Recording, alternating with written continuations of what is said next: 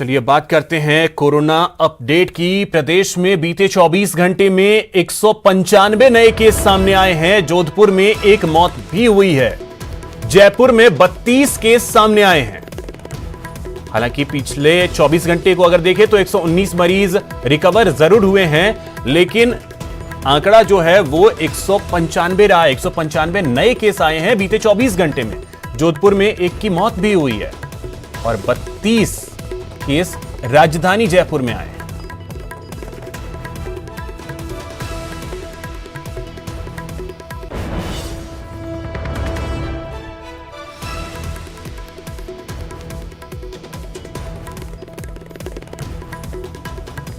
तो इसी खबर पे अधिक जानकारी के साथ सहयोगी सौरभ गृहस्थी जयपुर से हमारे साथ जुड़ रहे हैं और जयेश पंवार डूंगरपुर से जुड़ रहे हैं। जयेश, सबसे पहले डूंगरपुर से अपडेट आपसे जानना चाहूंगा, क्योंकि कल की अगर बात करें तो डूंगरपुर में काफी ज्यादा मामले सामने आए थे। आज वहां से क्या अपडेट है?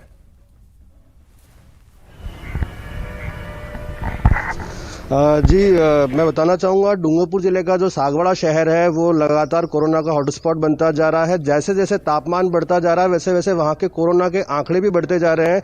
विशेष तौर पर सागवाड़ा का जो बोहरावाड़ी क्षेत्र है वहाँ पर कर्फ्यू लगा दिया गया है। वहाँ पर जो कुल जिले में 92 पॉजिटिव कल आए थे, उसमें से 70 केवल सागवाड़ा के हैं और उस 70 में से भी 80% मरीज जो है वो बोहरावाड़ी क्षेत्र के हैं। बोहरावाड़ी क्षेत्र की बात करें तो जो बोहरा समुदाय के लोग हैं उनका धार्मिक मामलों को लेकर के और व्यापार के चलते सूरत और महाराष्ट्र आना जाना बहुत रहता है। ऐसे में माना जा रहा है कि जो कोरोना वापस जो लौटा है एक बार, वो उसी रास्ते से लौटा है। फिलहाल प्रशासन ने वहां पर पुख्ता व्यवस्था कर दी है, कर्फ्यू लगा दिया है, घर घर सर्वे किया जा रहा है और जो लोग भर्ती हैं उनका प्रॉपर तरीके से इलाज किया जा रहा है। जिनकी हालत में थोड़ा सा भी गड़बड़ी लग रही है उनको उच्च हायर इलाज के लिए ऊपर रेफर किया जा रहा है। बिल्कुल, तो अब सतर्क और ज्यादा रहने की जरूरत है। राजधानी जयपुर की स्थिति जानते हैं। सौरभ, जयपुर से क्या अपडेट है, क्योंकि जो बड़ी जानकारी है 32 केस आज भी आए हैं जयपुर से।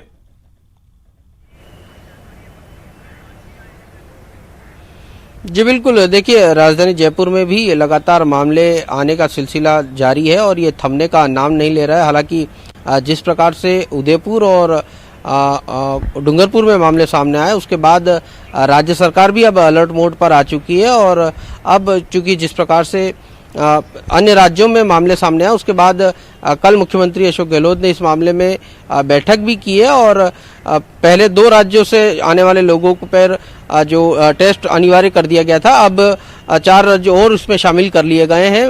हरियाणा, पंजाब, मध्य प्रदेश और गुजरात से आने वाले लोगों को अब टेस्ट कराकर ही यहाँ पर आना होगा। इस प्रकार के निर्देश जो है वो दिए गए हैं। लेकिन अब चूंकि ये आम लोगों की भी जिम्मेदारी बहुत ज़्यादा हो जाती है कि अब जिस प्रकार से कोरोना का खतरा बढ़ता जा रहा है, ऐसे में सावधानियां बरतनी बहुत आवश्यक हो गई है। कोरोना की गाइडलाइन का पालन करना बहुत आवश्यक हो गया। लेकिन जिस प्रकार से जब से वैक्सीन आई है तब से ही लोगों ने एक तरह से लापरवाही बरतना शुरू कर दिया था और उसी का कारण है कि अब राजस्थान में कुछ इलाकों में जो है वो मामले धीरे धीरे बढ़ते जा रहे हैं। ऐसे में फिर से स्थितियां जो है वो खराब न हो जाए, इस लिहाज से आम लोगों को सावधानियां बरतनी बहुत आवश्यक हो गई है, क्योंकि जिस प्रकार से पिछले 1 साल से पूरे राजस्थान ने कोरोना के साथ जो जंग लड़ी और काफी हद तक कंट्रोल में आ गई थी जो स्थितियां, वो फिर से ना बिगड़े, इस लिहाज से प्रशासन अपनी तरफ से काम कर रहा है, राज्य सरकार अपनी तरफ से काम कर रही है, चिकित्सक अपनी तरफ से लगे हुए, तमाम लोग लगे हुए हैं। लेकिन आम लोगों को सतर्कता बहुत